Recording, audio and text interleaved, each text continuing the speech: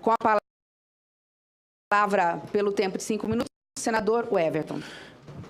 Senhor ministro, senhor presidente, colegas senadores e imprensa. O site Intercept divulgou recentemente diversos textos de mensagens que são atribuídos a Vossa Excelência e ao procurador Deltan, chefe da Força Tarefa da Operação Lava Jato. Vossa Excelência propõe, diante dos últimos desdobramentos, talvez fosse o caso de inverter a ordem das duas planejadas. Logo após, expressamente admite, pensem aí, sugerir por conta do recente acompanhamento. Eu lhe pergunto, num sistema processual penal acusatório, não deveria o juiz manter-se aqui distante das partes? É comum ou normal o magistrado sugerir o modo como o órgão acusador deve se desincumbir-se das diligências investigativas?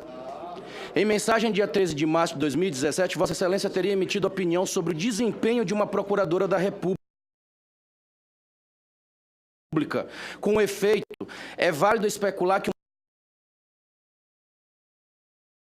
magistrado, ao presidir uma audiência de oitiva de testemunha, ficou frustrado com o fraco desempenho do órgão acusador. Intimamente, Vossa Excelência, nunca teve sentimento de parcialidade em relação aos processos da Lava Jato? Consta no dia 7 de dezembro de 2015 que Vossa Excelência teria enviado uma mensagem. Fonte me informou que a pessoa que do contato estaria incomodado por ter sido a ela solicitada a lavratura de minutas de escrituras para transferências de propriedade de um dos filhos do ex-presidente. Aparentemente, a pessoa estaria disposta a prestar informação. Estou, então, repassando. A fonte é séria. Aqui, nitidamente, o senhor fornece ao órgão acusador um caminho para a obtenção de prova. Eu lhe pergunto, esse protagonismo de juiz tem respaldo no ordenamento jurídico vigente? O senhor diz que não vê nada demais nas conversas travadas com os procuradores, que são partes processuais em processo que estava sob seu julgamento. O senhor mantinha as mesmas tratativas com advogados? Se sim, quais advogados e referente a quais casos? No pacote anticorrupção, o senhor apoiou o aproveitamento de provas ilícitas. Porque, nesse caso, as provas ilícitas dos seus diálogos não valem. O senhor, como juiz, disse que uma prova obtida de forma ilegal poderia servir a uma condenação. Supondo que seus diálogos com o Dallagnol tenham sido obtidos de forma ilegal, o senhor ainda acha que eles podem ser aproveitados como prova? Se a Polícia Federal, sob seu comando, descobrisse o diálogo fora dos autos de um juiz e um advogado em defesa para beneficiá-lo, o senhor sugeriria a prisão dos dois?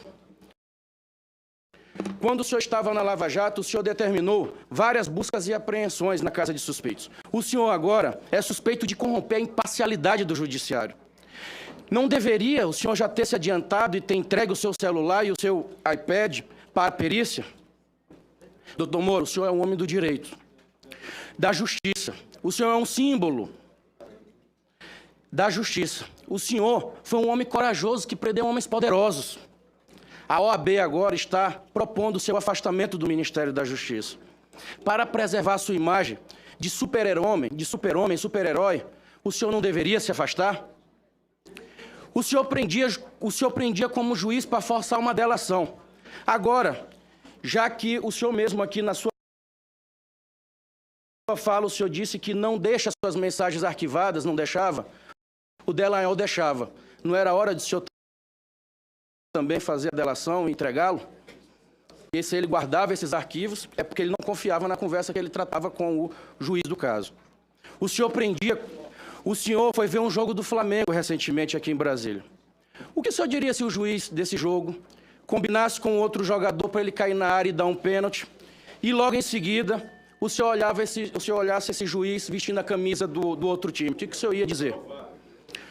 O senhor julgou e condenou o ex-presidente Lula, o líder da esquerda do Brasil. Ele, condenado e preso, surgiu anti-Lula, o líder da direita Bolsonaro.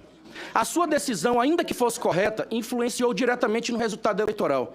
Depois disso, o senhor aceitou ser ministro do Bolsonaro. O senhor não acha que a sua postura maculou as suas decisões anteriores como juiz? É verdade que o senhor aceitou ser ministro da Justiça depois da promessa que seria indicado para ministro da Suprema Corte? Caso a resposta seja positiva, isso não é corrupção? Isso não é tomar lá da cá? Se for negativa, o presidente Bolsonaro mentiu? Meu tempo está encerrando, então eu vou para a última pergunta. O senhor considera legal deixar de apreciar suposto crime de algum investigado por esse lhe trazer algum tipo de apoio importante? O caso das mensagens de ontem do FHC. Obrigada, senador. Com a palavra o ministro. Bem, senador, são muitas as perguntas. Eu confesso aqui que não consegui anotar todas elas, né?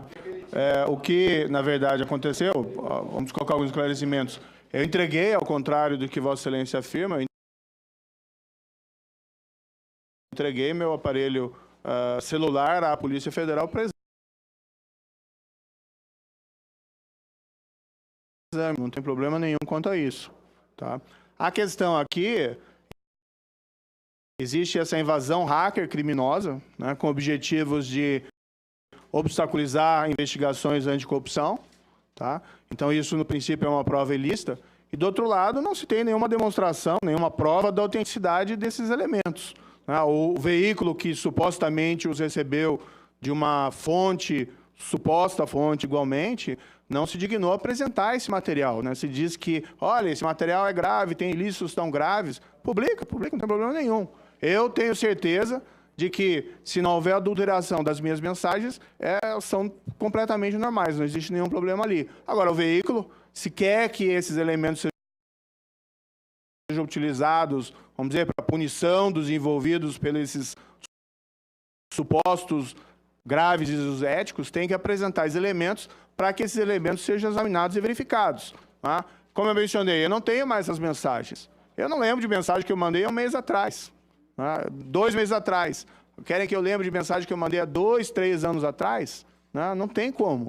Eu não tenho esses elementos. Como eu disse, essas mensagens podem ter sido total ou parcialmente adulteradas. Do que foi, porém, veiculado, tirando o gritante sensacionalismo, não se vislumbra ali qualquer ilicitude.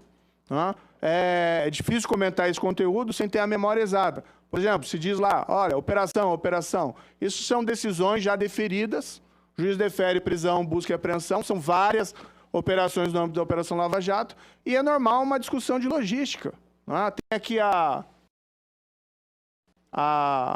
senadora Selma, que atuou muito destacadamente como juíza lá no Mato Grosso. Teve várias operações. É normal, depois da decisão proferida, haver uma discussão sobre questão de logística. Quando vai ser cumprido, como vai ser cumprido. E, eventualmente, pode ter havido uma mensagem nesse sentido. Isso não tem nada de revelação, de imparcialidade ou de conteúdo impróprio. O senhor pode conversar com qualquer pessoa que trabalha nos fóruns de justiça que vai verificar que isso é absolutamente corriqueiro normal, especialmente no contexto aí de uma grande investigação.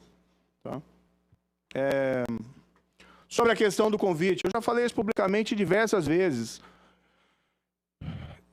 Eu fui convidado, tá, um pouco antes do segundo turno, fui sondado pelo ministro Paulo Guedes, tá, falei isso publicamente, se eu me disporia a conversar sobre um possível convite para ser ministro da Justiça ou de Segurança Pública do governo Bolsonaro. Eu não conhecia o presidente Jair Bolsonaro. Existe um encontro entre nós, casual, que ocorreu no aeroporto, salvo engano, no ano 2016, também não tenho essa memória, mas na época foi amplamente noticiado, em que eu encontrei ele rapidamente e o cumprimentei. Tá? Vinha encontrá-lo novamente, tá? No dia 1º de novembro de 2018, quando ele formalizou o convite para ser ministro de Justiça e de Segurança Pública. Qual foi o meu propósito que eu já falei publicamente? Bem, nós trabalhamos 5 anos nessas operações anticorrupção, tá? Fui atacado cotidianamente por aqueles que não queriam qualquer mudança no padrão de impunidade da grande corrupção. E sempre ficou uma sombra de um retrocesso, de que um dia havia uma virada de mesa e tudo aquilo que tinha sido feito teria se perdido. Seria perdido. Eu vi no convite para ser ministro da Justiça e Segurança Pública uma oportunidade para consolidar esses avanços anticorrupção. E também avançar no que se refere ao combate ao crime organizado e criminalidade violenta. Foi por isso que eu aceitei, falei isso publicamente, e é isso que eu estou fazendo do Ministério da Justiça e da Segurança Pública. Quando eu emiti a sentença condenatória contra o ex-presidente, aliás, confirmada pelo Tribunal Regional Federal da 4ª Região, vários embargadores, confirmado pelo Superior Tribunal de Justiça igualmente, depois ele foi condenado por outro juiz, certo? Mas quando eu proferi essa decisão, lá em 2017, não tinha menor contato com o atual presidente Jair Bolsonaro. Senhora presidente. Para a réplica, senador Everton. Eu queria, assim, deixar claro que não dá tempo de responder todas as perguntas, mas eu vou deixar por escrito para o senhor ministro Sérgio Moro, e deixar claro a ele e toda a sociedade que nós não estamos discutindo aqui a sua pessoa e o que representa essa instituição que foi colocada, que é hoje a luta grande do combate à corrupção. Não se trata disso. O que nós estamos aqui discutindo de forma objetiva é a conduta de um ex-juiz. E esse ex-juiz, nessa conduta, a gente tem aqui, claro, várias dúvidas legítimas que a sociedade brasileira merece e precisa. Porque um cidadão, quando ele vai procurar um juiz, ele vai procurar a justiça, ele, claro, que espera nela o máximo de imparcialidade, e não é possível nós acreditarmos que, em pleno século XXI, principalmente para operações importantes, repito, que deu sequência à desconstrução de grandes cartéis e de grandes esquemas de corrupção, a gente possa usar esse pretexto e fazer com que ela tire a venda dos seus olhos e a gente tenha parcialidade dentro do processo. Por isso, senhor ministro, aqui na sua fala o senhor coloca que, como ministro, agora combateu a corrupção na Lava Jato e veio para o governo Bolsonaro para continuar a fazer esse combate. O senhor, como ministro da Justiça, já tomou providências concretas para as questões internas dentro do governo, com denúncias seríssimas envolvendo questões de milícias, envolvendo questões de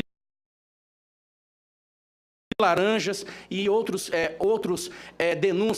denúncias concretas que saem na mídia. Qual é a posição, qual é a postura que o senhor, como ministro da Justiça, combatente da corrupção, está fazendo nesse novo time que o senhor acaba de vestir a camisa? Era isso, presidente. 2 minutos no tempo. Perdão. Olha, desde que eu assumi, eu coloquei muito claro, eu sou ministro da Justiça e Segurança Pública, eu não sou advogado, né, para defender quem quer que seja. Tá? E a minha responsabilidade eu não tenho um envolvimento na investigação dos casos concretos. Meu papel é dar estrutura aos órgãos vinculados ao Ministério para realizar o seu trabalho. E é o que nós temos feito. Nós temos a Polícia Federal. A Polícia Federal, ela está com déficit nos seus quadros. Os últimos governos negligenciaram, de certa maneira, o preenchimento desses quadros. Difícil saber aí se o problema era só a questão da crise fiscal ou não, mas, enfim, há um concurso em andamento para chamar 500, nós estamos chamando mais 500, exatamente para dar perna à Polícia Federal para poder realizar melhor o seu trabalho.